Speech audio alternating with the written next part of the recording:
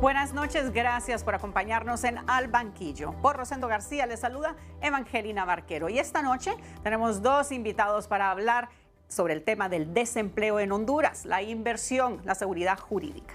Le damos la bienvenida a Efraín Fara, analista político y económico, y también a don Eduardo Facusé, empresario. Muchísimas gracias, señores, por acompañarnos para discutir este tema que no pierde actualidad en nuestro país.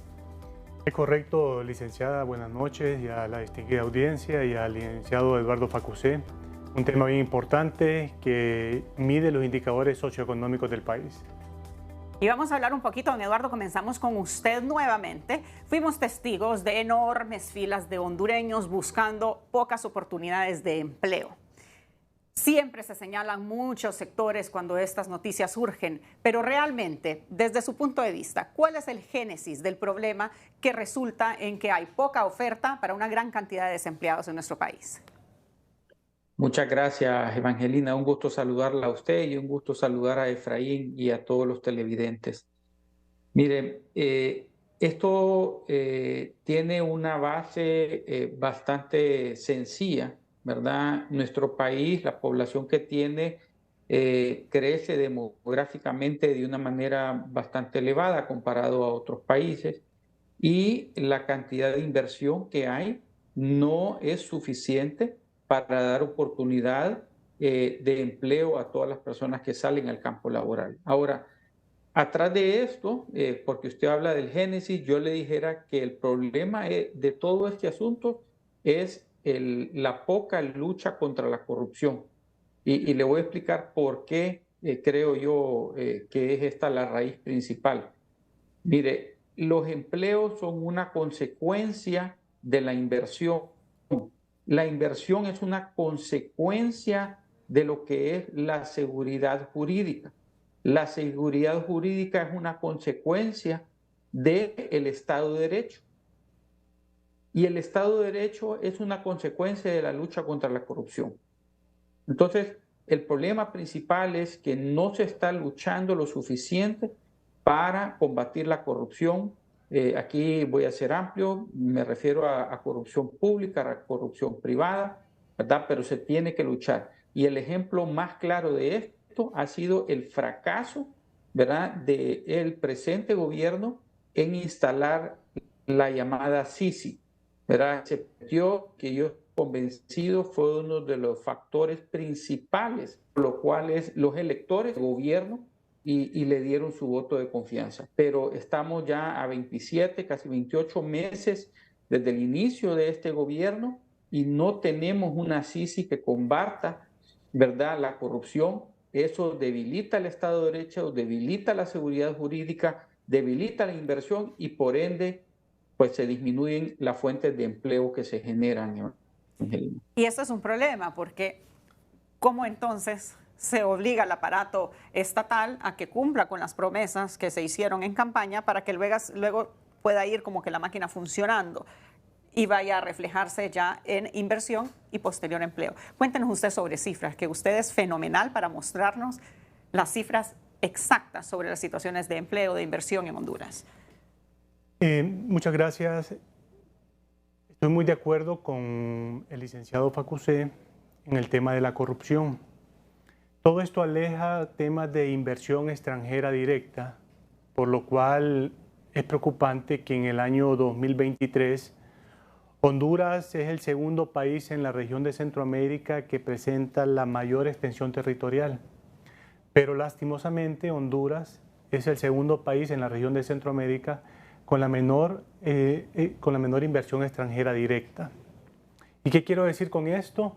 Que Costa Rica genera 300% más inversión extranjera directa que Honduras. Honduras, con la segunda menor inversión, apenas participa con el 11.3% del total de inversión que ingresó al país en el 2023. Y el otro país es Nicaragua. Nicaragua y Guatemala. No, el último país, Salvador. Salvador. Y estamos viendo de que también tenemos modelos económicos muy arcaicos. Por ejemplo, Honduras importa 2 veces de lo que exporta. Tenemos de enero a abril un déficit en la balanza comercial de más de 2.500 millones de dólares. ¿Y qué es lo que genera esto? Menos competitividad. ¿Qué es lo que genera esto? Menos productividad. ¿Y qué es lo que genera esto? Mayor desempleo. Claro está que en el país en los últimos años se ha presentado una alta polarización e incertidumbre política. Y según un estudio del Banco Mundial, más del 90% de los inversionistas en el mundo se alejan de países con alta incertidumbre política, donde no hay seguridad jurídica y que no les da la confianza de traer sus inversiones, y eso es lo que está pasando en Honduras, porque esos más de 1.000 millones que tiene Honduras en el 2023 de inversión extranjera directa son reinversión de utilidades en su gran mayoría. Don Eduardo, justo lo que usted manifestaba. Los empresarios han estado alzando la voz desde hace ya varios años, avisando que esta situación empeoraría la situación económica. ¿Qué resta por hacer? ¿Qué siente usted que se debe hacer para que la situación cambie? Sí, yo creo que aquí estamos para brindar pues, opiniones constructivas, ¿verdad? Porque sí, definitivamente el desempleo es un problema que destruye nuestra sociedad. Al no tener un ingreso, el jefe de la familia o la familia, pues terminamos en situaciones bastante penosas y lamentables. Entonces, ¿qué hacer? ¿Verdad? Yo creo que esto es lo que debemos de buscar, ¿qué hacer? Y yo quisiera tratar de explicar dónde creo yo que se deben de colocar los esfuerzos. Estos esfuerzos se deben de colocar principalmente en el sector primario, o sea, tratar de estimular los sectores primarios que son el agro y la construcción, porque esos son los sectores que más empleo pueden generar, pero no se está haciendo mucho para estimular estos sectores. Yo veo que se patina en esto, ¿verdad? Una y otra vez. Necesitamos en el sector agro, por ejemplo, hacer una especie de subsidio para granos básicos para estimular a todos pues los campesinos a que puedan sembrar sabiendo que van a tener un precio de garantía, ¿verdad?, que va a pagar el gobierno por esos granos básicos, para estimular la economía del interior, la del campo, ¿verdad? Porque lo que está sucediendo en el interior es que al no poder competir en cosas tan básicas como maíz o arroz o frijol, porque la mayoría ahora lo importamos de países que sí subsidian esos cultivos, ¿verdad?, y nosotros al no hacerlo, dejamos al campesinado de una manera que no puede competir. Entonces, ¿qué hacen? Pues migran. Eso es lo que están haciendo nuestros jóvenes en el interior, están migrando a Estados Unidos, a España, a distintos lugares para poder buscar un futuro. Entonces se tiene que comenzar pues apoyando el sector del interior, que es el agro, que es donde más se pueden emplear personas. Y en la construcción siempre hemos sido, hemos estado recomendando la implementación de una regulación de la hipoteca inmobiliaria. La hipoteca inmobiliaria debe servir como el mecanismo de crédito pues más importante para la familia hondureña. En este momento no está regulado, ¿verdad? Y estamos convencidos que donde los países que han implementado este tipo de instrumentos, ¿verdad?, o sea, el préstamo hipotecario inmobiliario de una casa, de un terreno, realmente son países que han sabido llevar adelante esto, porque entonces se regula el margen. Mire, ¿y por qué digo yo esto? Porque la propiedad es un bien, es una garantía segura. O sea, nadie puede venir a cortar una esquina, ¿verdad?, montársela en el lomo y llevársela. Eso va a permanecer ahí. Entonces, se le debe de dar un trato preferencial, ¿verdad?, en términos de costo a ese tipo de garantías que son no movibles. Entonces, en este respecto yo sí creo que Honduras tiene mucho por hacer todavía. Entonces, tanto en el agro como en la construcción, yo creo que hay mucho espacio por mejorar para generar, ¿verdad?, empleo en esos dos sectores tan importantes. Creo que es donde más se puede impactar. Lo otro que yo recomendaría también es que se revise la propuesta de la Ley de Justicia Tributaria porque si bien, digamos, hay algunos elementos que podrían ser positivos, y me refiero, digamos, a volver a lo que es la renta mundial, eso pues, yo no me opongo en lo particular, pero sí me opongo a la manera como se está tratando de afectar, Angelina y Efraín, al sector de manufactura, ¿verdad? Restando, limitando los incentivos. Todos estamos de acuerdo que si hay alguien que está abusando los esquemas, digamos, de los regímenes de exoneración, debe de ser castigado, pero yo creo que asumir de que todas las industrias están haciendo esto es un grave error, ¿verdad? Y aplicarle esta penalización a toda la industria cuando son pocos los que están abusando, lo correcto es corregir a los que están mal, pero no aplicar y limitar a una industria que hoy por hoy, digamos, en el sector exportación, ha generado la masa laboral más grande y más organizada del país. Me refiero al sector de exportación. Entonces, limitar esto de una u otra manera también va a afectar, este es el sector secundario, después del primario es el que pues, genera también mayor cantidad de empleo, pero estarlo afectando o estar desestabilizándolo al estar promoviendo leyes que lo pueden afectar, tampoco suma a la posibilidad de creación de empleo. Entonces, hay una serie de acciones que se tienen que tomar aquí para encarrilar adecuadamente la generación de empleo, ¿verdad? De la mano con lo que hemos hablado de la lucha contra la corrupción, ¿verdad? Las dos tareas se tienen que hacer de forma simultánea si lo que queremos es generar empleo en los sectores donde Honduras puede implementar empleo, porque hay que decir la realidad también, no tenemos una mano de obra intelectual, ¿verdad? Lo que tenemos es una mano de obra con fuerza motriz, ¿verdad? Y los dos sectores que más pueden absorber este tipo de fuerza laboral son el agro y la construcción, ¿verdad? Entonces tenemos que movernos hacia donde existen esas oportunidades, lastimosamente esas son en este momento, ¿verdad? Y trabajar hacia ello. Pero sí creo yo que se puede hacer mucho más. Se puede hacer mucho más, don Eduardo. ¿Considera usted que estos dos aspectos macro que me está mencionando partirían de comprender y trabajar una estrategia en conjunto en cuanto a empresa privada y gobierno se refiere? No conozco yo ningún país a nivel mundial que haya logrado ser exitoso a nivel económico y a nivel de vida de sus habitantes si no ha trabajado de la mano con los empresarios para salir adelante. No hay manera, en eso yo coincido con el comentario que ha hecho Angelina, y la razón es bien sencilla. Siempre el 90% de la inversión lo hace el sector privado, ¿verdad? Lo que tiene que hacer el gobierno es crear las condiciones para que se dé esa inversión.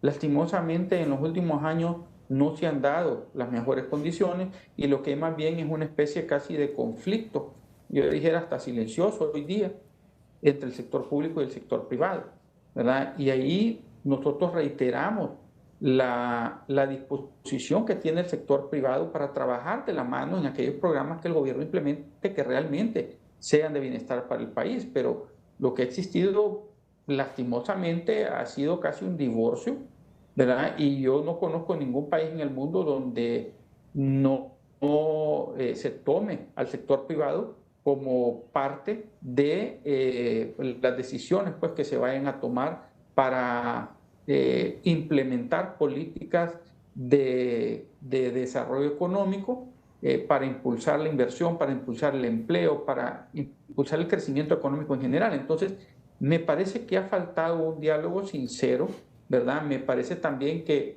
el gobierno no ha también sabido llevar a cabo un diálogo franco, ¿verdad? Sobre qué es lo que espera, qué es lo que buscan. Inclusive la ley de justicia tributaria. Yo las preguntas que más me hago es, ¿cuáles son los objetivos de la ley? ¿Es mayor recaudación tributaria? ¿Cuánto se espera? ¿Verdad? Nadie ha dicho qué es lo que se espera. ¿Es mayor empleo? ¿Cuánto se espera?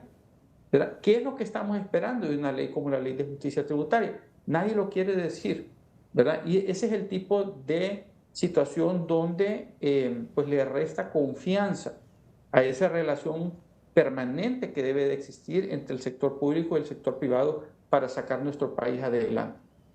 Y preocupa sobre todo por el tema de los jóvenes. Ya sabemos que siempre la juventud, los niños son el futuro del país. Y me llaman la atención estos datos del COEP. 144.774 jóvenes entre 15 y 20 años no tienen trabajo y 3 de cada 10 son NINI, que ni estudian ni trabajan, 971,000 en total, y 700,000 son mujeres. Y en nuestra sociedad, la mayor parte de las mujeres son las que mantienen el hogar. Sí, son datos muy certeros. Más de 2.4 millones de hondureños hoy por hoy en Honduras tienen algún problema de empleo. Y son más de 250,000 desocupados que están generando una alta tasa de desocupación arriba del 6.5%. Creo que aquí hay un subregistro, pero ese es el promedio. Y hay más de 150,000 desalentados, o sea, ya personas que no buscan empleo porque se cansaron, no lo encontraron. Y aquí viene la cifra que usted mencionaba, licenciada, donde más de 971,000 ninis en Honduras, jóvenes que no trabajan ni estudian por falta de oportunidades, en donde el 70% son mujeres. ¿Y cuál es el efecto que está produciendo todo esto? Bueno, es aumento de la inmigración, principalmente el 88% de los Estados Unidos, otro gran porcentaje de España. Y esto es delicado porque según las cifras del COMAR, que es la Comisión Mexicana para Ayuda al Refugiado, Honduras en este 2024 lidera ampliamente la cantidad de refugiados con el 42% de solicitudes. ¿Qué quiere decir esto? Que Honduras ya superó a países con alta migración como ser Haití, como ser Cuba, como ser Nicaragua, como ser Venezuela.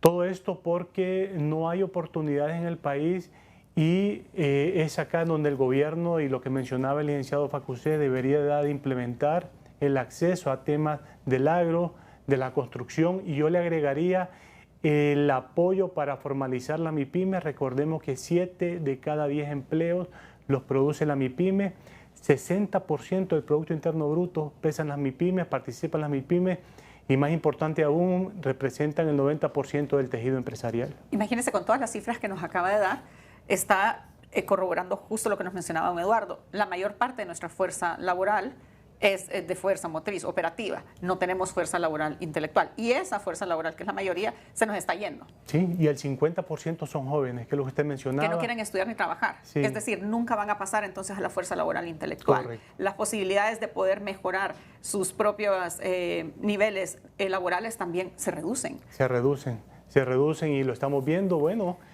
esta semana 2 casos en temas de grandes filas. Creo que era en Villanueva, en el Progreso, no estoy muy seguro, pero sí era bastante desesperante ver la necesidad de empleo de estas personas para cubrir también ese costo de la canasta básica, que es el segundo más alto en la región de Centroamérica. Nos vamos a ir con este video a la pausa comercial. Cuando regresemos vamos a ahondar aún más en las propuestas que mencionaba don Eduardo Facusé, porque opciones para mejorar todas estas cifras hay.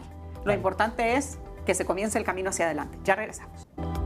Gracias por continuar en Al Banquillo. Nuestros invitados esta noche, el empresario Eduardo Facusé y el analista político y económico Efraín Farash. Estamos viendo el tema de desempleo, la inversión, la competitividad. Ya nos mencionaba don Eduardo que hay soluciones. Propuso él varios aspectos que pueden ayudar a mejorar esta situación. Hablemos brevemente, don Eduardo, en temas de competitividad.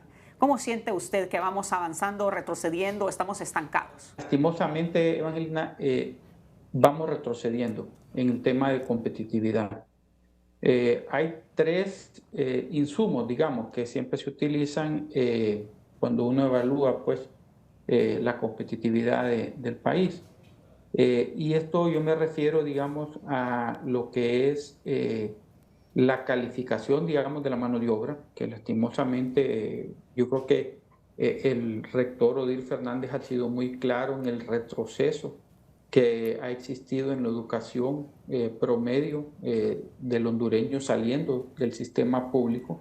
Hay un problema grave, ¿verdad?, en lo que es matemáticas, en lo que es español. Cada día nuestros jóvenes salen menos capacitados en un mundo donde más bien cada vez se va educando más a los individuos. Entonces, esa es una desventaja. La otra desventaja, digamos, es el costo de energía. El costo de energía para producir solamente se ha incrementado.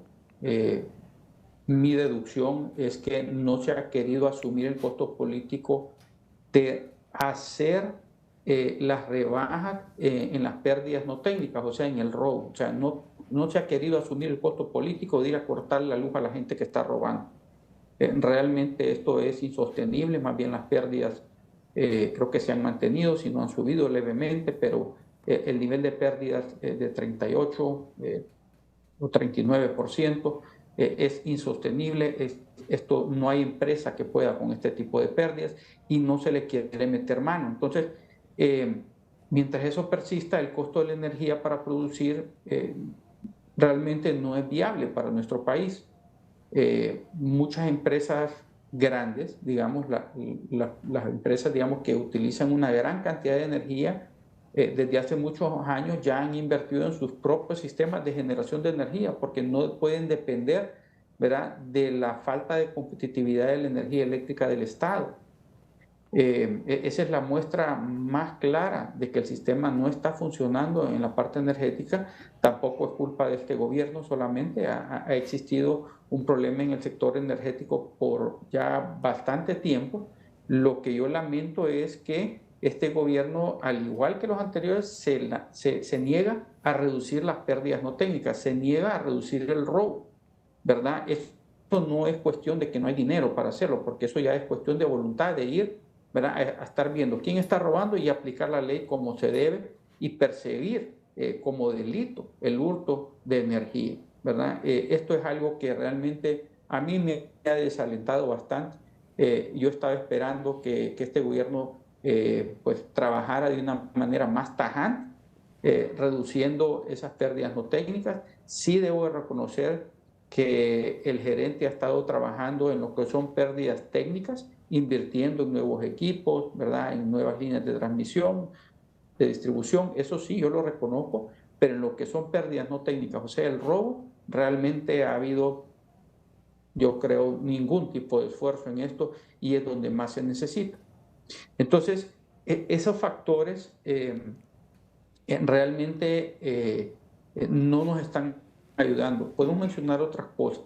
Digamos, usted mire en el campo, en el agro, el nivel o la cantidad de invasiones ilegales que han ocurrido en los últimos años solamente se ha incrementado.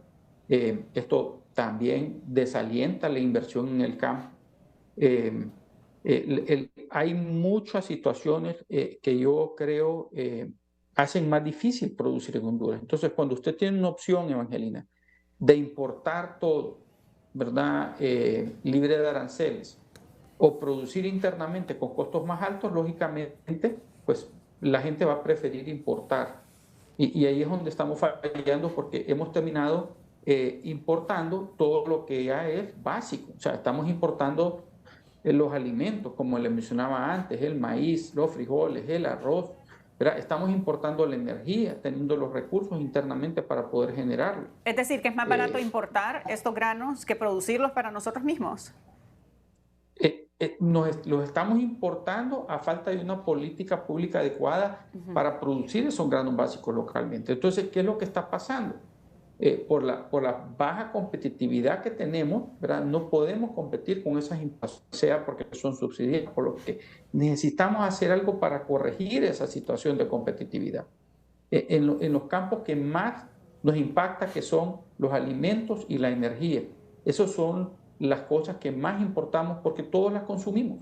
Entonces, hoy día importar el maíz debería ser un pecado. Importar el arroz, importar los frijoles, o sea, esas cosas no deberían estar sucediendo, al menos que no tuviéramos los valles que tenemos, ¿verdad?, fértiles, que no tuviéramos los ríos caudalosos que tenemos, y al mismo tiempo estamos viendo cómo se importa energía. Yo digo importa energía porque lo que se trae es búnker y diésel, ¿verdad?, que son los que más aportan a la producción de energía del país, pero es energía que no tenemos nosotros.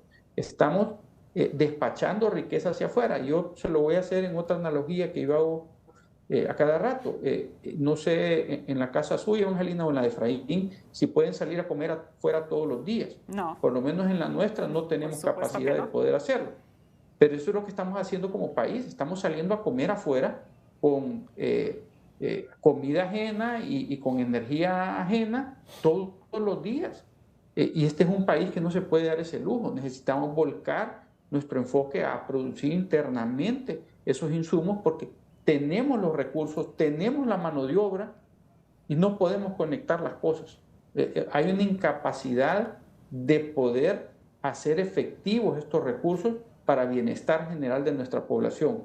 Y esto ha sido histórico, no es solo de este gobierno, lo aclaro, pero realmente no hemos podido conectar los puntos, como dice, ¿verdad? Utilizar el recurso humano, el recurso natural que Dios nos ha dado, son bendiciones, ¿verdad? Y poder generar la energía, generar los alimentos internamente en vez de estar importándolos cada día como lo estamos haciendo. Y la frustración entonces es doble, porque como dice don Eduardo, las condiciones están dadas, o sea, están la materia prima, están la mano de obra, pero no se ha logrado llevar a cabo para nuestro propio beneficio. En competitividad estamos re mal en la región, ¿no? Sí, y muy de acuerdo con el licenciado Eduardo Facusé.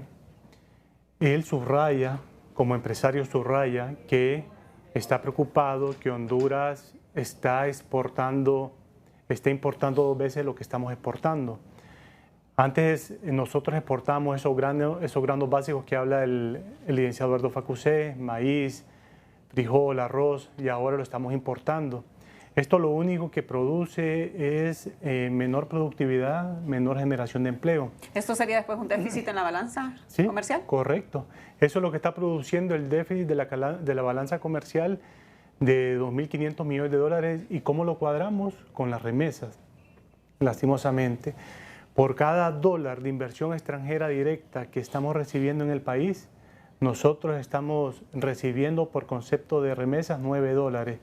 Entonces, esto no es conveniente para Honduras. Estamos exportando nuestro recurso humano, nuestro talento humano, y es por lo mismo que nos vemos en crisis en temas de construcción y en el tema agrícola. A mí me llamó la atención lo que está haciendo El Salvador. Primero aseguraron el tema de seguridad jurídica y seguridad ciudadana. Posteriormente legislaron para eliminar los impuestos sobre la renta a los nuevos inversionistas y a temas de tecnología. Y posteriormente están trayendo talento internacional para que vengan a poner al mismo nivel, a nivel de educación, apoyándose en ese monstruo tecnológico para que les venga a optimizar todos los procesos gubernamentales de salud y de educación respectivamente. Esto lo único que nos afirma aquí en Honduras es que nos estamos quedando rezagados y cada vez menos competitivos. Honduras con la segunda menor inversión en el 2023, y eso no es que es inversión, son nada más reinversión de utilidades, y eso es lo que preocupa. Otros países en la región se están preparando adecuadamente, bueno, lo puede confirmar el empresario Facusé. Cuando otros empresarios de otros países le solicitan información de cómo está el país para venir a invertir a Honduras.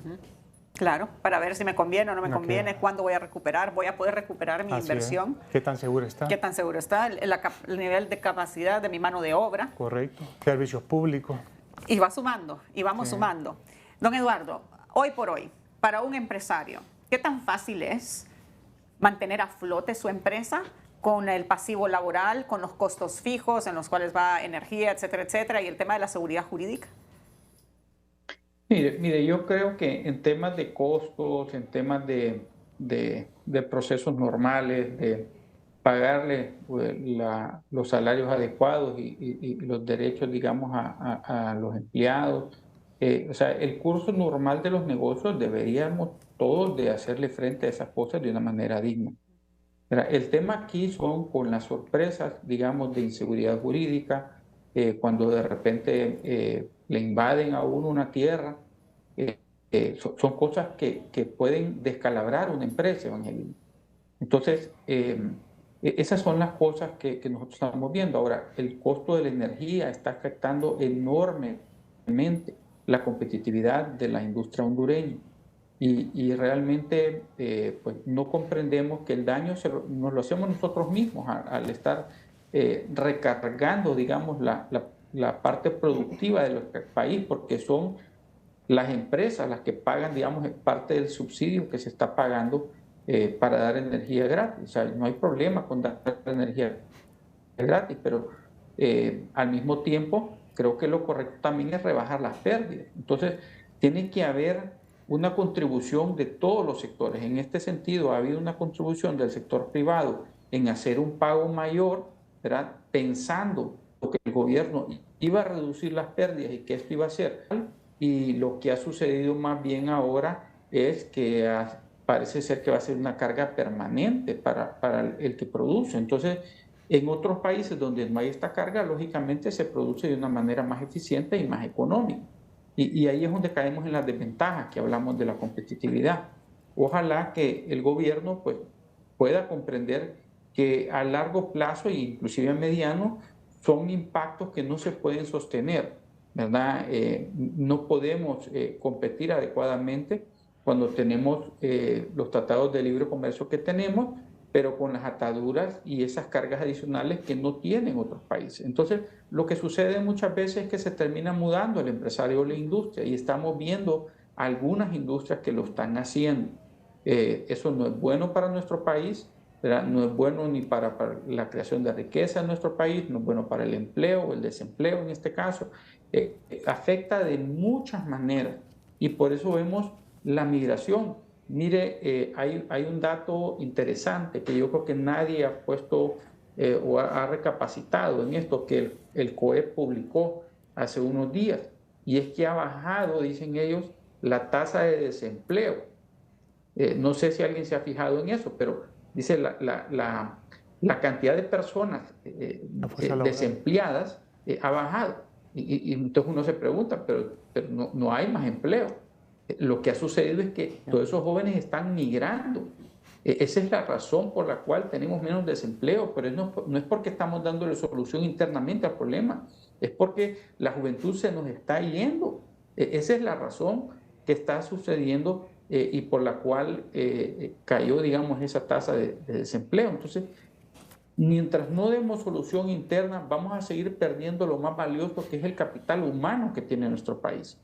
Y no podemos construir un país si lo que estamos perdiendo, ¿verdad?, es la juventud, que son los que más promesa traen para Honduras. Que era justo lo que usted nos mencionaba, ¿no? Que hay una gran cantidad de personas que simplemente ya ni siquiera buscan el empleo, ya no están en esta tasa de desempleo porque ya no lo están ni siquiera buscando, simplemente se rindieron, más la mayoría que se están yendo. Sí, los desalentados y qué importante el dato que hablaba don Eduardo. La fuerza laboral activa en Honduras se redujo cerca de 97,000 hondureños, pero no es porque consiguieron un empleo. Se está proyectando que ese es el nivel de migración que hubo del año 2022 al año 2023. Es por eso que la tasa de desocupación está a la baja. Sin embargo, todo esto viene a repercutir en el tema de inversión. Honduras lo que requiere el día de hoy es comenzar a generar los mensajes correctos, las leyes adecuadas para atraer todo tipo de inversión extranjera y motivar y estimular la inversión local. Ya es momento de que comencemos nosotros el tema de la ley de justicia tributaria. Yo lo considero importante, pero está haciendo mucho ruido y no sé qué tan sano es a nivel internacional el tema de sembrar mayor incertidumbre política. Como dice don Eduardo, no conocemos los alcances en temas de empleo, no conocemos los alcances en temas de inversión, en temas de productividad. Entonces, por eso es que el nuevo inversionista requiere, bueno, y el inversionista actual requiere inversiones claras. Honduras, recordemos que este año denunció al convenio del CIADI, y esto es importante por temas de arbitraje internacional que al mismo tiempo son importantes para los nuevos inversionistas que quieren venir a Honduras. Porque al final del día un inversionista lo que ve son los números fríos. Así es. Y lo que quiere saber es si es viable o no, si hay escalabilidad del negocio o no hay. Poco importa de que le tenga cariño o no, porque esto ya no es emocional, esto es frío de números. Y ahí estamos bastante mal. Realísticamente hablando, ¿estamos mal o las cifras están alejadas de la realidad? Bueno, según lo que yo me remito, digamos, a lo que vive Honduras en la realidad. Cuando yo veo esas interminables colas para un empleo, para dos empleos, para los empleos que sea, Lo único que me dice y me confirma que más del 64% de la población se encuentra con algún nivel de pobreza que no puede cubrir el costo de la canasta básica, que tenemos cerca de 2 millones de hondureños con un subempleo visible o invisible. Y esto son realidades, pues ya es momento de comenzar a pensar en Honduras. Hay un pacto por el empleo que tiene la propuesta del COEP y entre otros empresarios. Y es momento de escuchar a toda la sociedad, a todos los involucrados en esto para buscarle solución. Nos vamos a la pausa comercial. Cuando regresemos, ¿cuál será el primer paso que debe darse para comenzar a cambiar esta realidad? Ya regresamos. La buena noticia es que soluciones hay. ¿Habrá voluntad política para que estas soluciones se comiencen a implementar ya? Yo estoy segura que a ustedes les pasará lo mismo que, por ejemplo, a mí me pasa. Yo siento que en el país la clase media cada vez se va haciendo mucho más estrecha. Y ya siento, por ejemplo, que yo que trabajo todavía no le ajusta el dinero igual. Si antes iba a comer una vez a la semana, pues a veces va cada 15 días, tal cual el ejemplo relacionando con el ejemplo que nos decía don Eduardo. Don Eduardo, comienzo con usted. Si de usted dependiera comenzar a cambiar esta situación exclusivamente de una decisión suya, ¿cuál sería su primer paso a dar? Yo creo que lo primero que debe existir, usted lo dijo al inicio, es voluntad política. Creo que tiene que haber un diálogo sincero, franco, abierto y público, ¿verdad? Sobre qué es lo que espera el sector público, qué es lo que espera el sector privado, y trabajar de manera conjunta en construir mecanismos, instrumentos o leyes que nos lleven hacia esas metas. Entonces, para poner un ejemplo concreto, si está la Ley de Justicia Tributaria en el tapete del Congreso Nacional, que diga el gobierno qué es lo que busca con esa ley. Si lo que busca es incrementar tributación, ok, está bien. ¿Qué es lo que espera que va a pasar con la inversión? Que lo digan, ¿verdad? Para que al final, históricamente, quede el registro de quién realmente tenía, ¿verdad?, la apreciación correcta o la apreciación equivocada en cuanto a lo que va a pasar en el país con respecto a esas decisiones. Pero no hay realmente información fluida, no hay proyecciones, no han presentado, digamos, números de qué se puede esperar con esa ley. Y tal vez son cosas buenas, tal vez el gobierno tiene una perspectiva que el sector privado todavía no comprende, ¿verdad? Hay elementos, como le digo, que yo creo que son rescatables de esa ley, pero hay muchos que no. Entonces, creo que lo más sano es tratar estas cosas de una manera correcta, en forma técnica, económica, no de una manera política, porque estos son instrumentos que realmente son económicos. Esta ley realmente se debe analizar desde una perspectiva económica, de manera técnica, no de una manera política. Pero más bien lo que se ha manejado es un discurso político con esta ley, haciendo alusión de que hablan de 10 familias o que los ricos paguen impuestos. Si todo el mundo paga los impuestos que corresponden, si se quieren cambiar las reglas de juego, pues bueno, cambiémoslas, pero hablemos por qué se van a cambiar. De repente algunos de estos cambios convienen. Yo no estoy en contra de algunos cambios, pero tiene que haber un análisis abierto y franco y sincero, ¿verdad?, para poder realmente dar ese paso que necesita para recobrar la confianza. Digamos, otro síntoma que yo veo es la dificultad, digamos, que hay en conseguir dólares. Antes, digamos, había poca regulación, digamos, en cuanto a si uno quería dólares, iba al banco, los cambiaba y no había mayor problema, pues. Hoy en día se tiene que programar uno, ¿verdad?, porque la disponibilidad no es como antes. ¿A razón de qué? Después de la falta de entendimiento que hay entre el sector público y el sector privado, creo que muchos capitales han preferido salir del país, sean nacionales o internacionales, pero yo sí creo que han salido. Entonces, hay que recobrar esa confianza para traer ese capital de vuelta, ¿verdad?, para que se invierta nuevamente. Yo creo que de parte de los hondureños siempre vamos a buscar cómo apuntalar en nuestro país. Eso es lo natural, es por instinto que lo vamos a hacer, pero se tienen que dar esos espacios. En este momento yo siento que no hay. Muchos empresarios, creo yo, están en un tiempo de pausa, esperando qué sucede, con esa ley de justicia tributaria que se introdujo ya hace casi 2 años.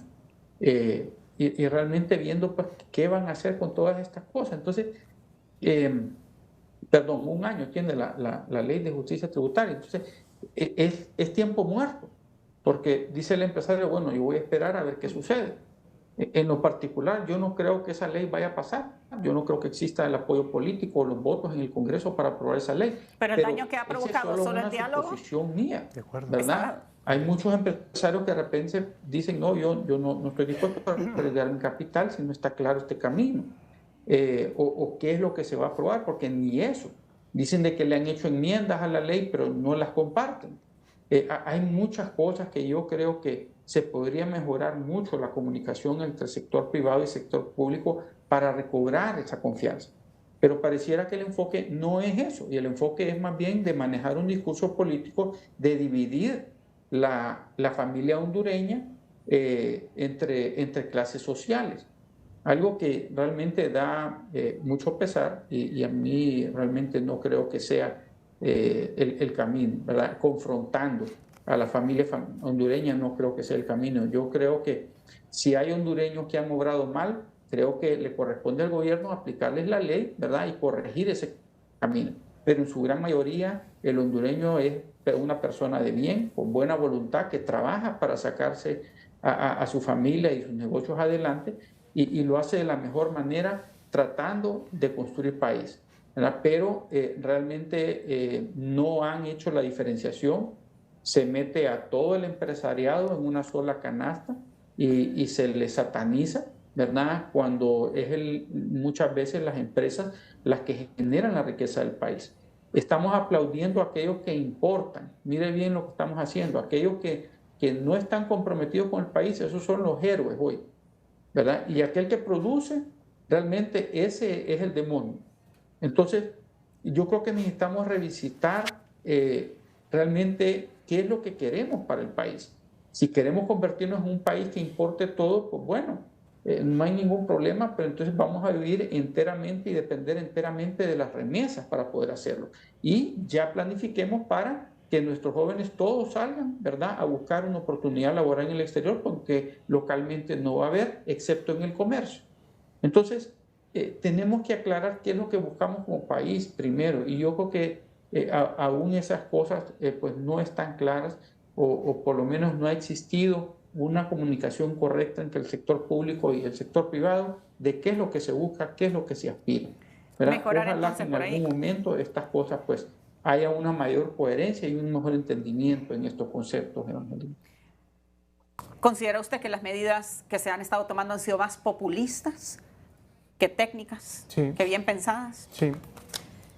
Sí, y como ciudadano común y corriente sí me preocupa lo que habla un empresario como Eduardo Facusé, que han tenido en pausa muchos empresarios, y yo lo he escuchado también, muchos proyectos que puede ser a favor de Honduras, a favor de generar empleo, a favor de aumentar productividad, a favor de aumentar desarrollo, porque la comunicación que se tiene entre gobierno y la empresa privada no es la adecuada. A mí me preocupa que altos ministros del gobierno actual estén en redes sociales confrontando, insultando. Todo eso se ve afuera, todo eso lo ven los inversionistas extranjeros, todo eso lo ven los inversionistas locales, y eso genera inestabilidad, incertidumbre.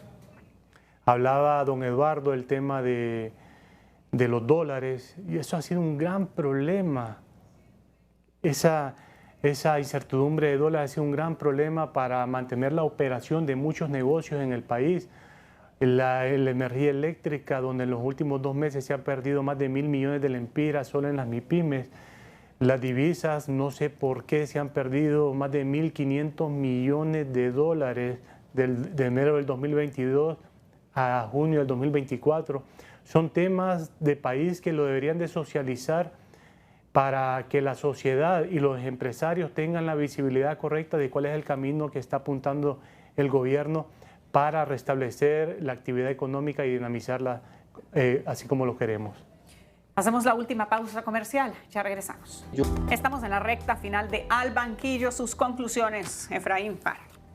Bueno, yo considero y estoy muy de acuerdo con lo que se ha hablado. Necesitamos un diálogo muy sincero entre el Estado, el gobierno, la empresa privada y todos los sectores sociales. Necesitamos hacer un plan de ruta en la economía, que talento en Honduras hay diferentes economistas, ingenieros, licenciados, abogados, todos, entre todos podemos proponer un plan de acción, un plan de ruta para mejorar estos indicadores socioeconómicos y evitar esa alta migración que se tiene y que está confirmado a nivel nacional e internacional. Don Eduardo Facusé, ya solo falta entonces que se pueda concretar y comenzar con este diálogo. Yo creo que lo que tenemos de tener todos siempre es la buena disposición, ¿verdad?, para contribuir en lo que corresponda a cada sector. Y en eso yo sí pienso que el sector privado está listo, pues, para ver cómo puede colaborar. Ojalá, ¿verdad?, de que se mejore la comunicación, se mejore y exista un diálogo sincero y franco y que funcione, porque al final para que funcione tiene que haber implementación de políticas, o sea, leyes que lleven a ese bienestar. Pero no es solo con buena voluntad que vamos a llegar. Entonces, ojalá que se encuentre ese camino por el bienestar de Honduras. Don Eduardo, ¿usted cree que se dé? Perdón. ¿Usted cree que esto se dé? Yo sigo convencido y quiero ser optimista que eventualmente se va a encontrar este camino. Realmente está en el mejor interés de todos, tanto de la clase política como de la clase económica. Entonces, es cuestión de gravedad, digamos, en el sentido de que eventualmente todos van a tener que entender la importancia de este diálogo, de esta comunicación, para que se tomen las decisiones correctas y adecuadas para sacar adelante el país. Yo creo que lo que debe de estar claro es que nuestro enfoque como hondureños debe ser el bienestar general de los ciudadanos en estas decisiones. No podemos estar buscando solamente el bienestar de los políticos, solamente el bienestar de los empresarios. Tenemos que buscar el bienestar general de los ciudadanos, ¿verdad? Entonces, en el momento que encontremos esta comunicación y construyamos estos instrumentos para solucionar estas leyes, digamos, para encaminar y enrutar estos esfuerzos, creo que ahí vamos a empezar a ver los resultados. Es una carrera contra el reloj, pero se puede hacer, son proyectos a mediano y a largo plazo. Se debe comenzar ya. ¿Usted cree que se puede dar? Ya, debe de haber voluntad política para hacer estas implementaciones. Yo lo veo complicado.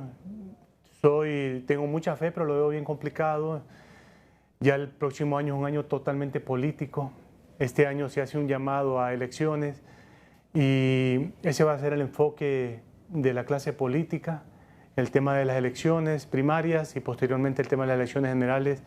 Me preocupa que no haya nuevas medidas, nuevas implementaciones, este diálogo sincero para hacer estas correcciones y mejorar estos indicadores que tanto requiere el país en este momento. Bueno, esperemos que sí se dé por el bien de todo el país. De la población en general. Don Eduardo, sus palabras finales ya para despedir. Bueno, Evangelina, lo que quiero es agradecerle por el espacio que me ha brindado. Ha sido un gusto compartir con Efraín, aquí con usted en este programa. Y pues siempre pensando, como le decía, en el bienestar de Honduras. Yo creo que ese es el enfoque que debemos de tener todos. Que solo salga adelante un sector no es sostenible para el país. Tenemos que pensar en cómo hacer un desarrollo que sea sostenible para todos los hondureños. Muchas gracias nuevamente por la invitación. Muchísimas gracias a usted, don Efraín. Muchísimas gracias. Sus palabras finales. No, yo considero también que el primer mejor tiempo de hacer estas implementaciones, estas nuevas estructuras y metodologías fue, digamos, hace 2 años atrás, pero el segundo mejor tiempo es ahora y esperemos por la población en general, esperemos por el sector empresarial que todo esto traiga buenas consecuencias y que Honduras salga adelante. Esperemos que sí. Quiero hacer la salvedad antes de despedir que sí se hizo contacto con autoridades gubernamentales, específicamente la Secretaría de Trabajo, para que nos acompañaran hoy para hablar del tema del desempleo, pero no se obtuvo respuesta. Gracias, don Eduardo Facusé, don Efraín Farash, muchísimas gracias. Gracias a ustedes por su sintonía, a trabajar juntos, que Honduras es un país bello y tenemos todo lo que necesitamos para poder triunfar. Buenas noches.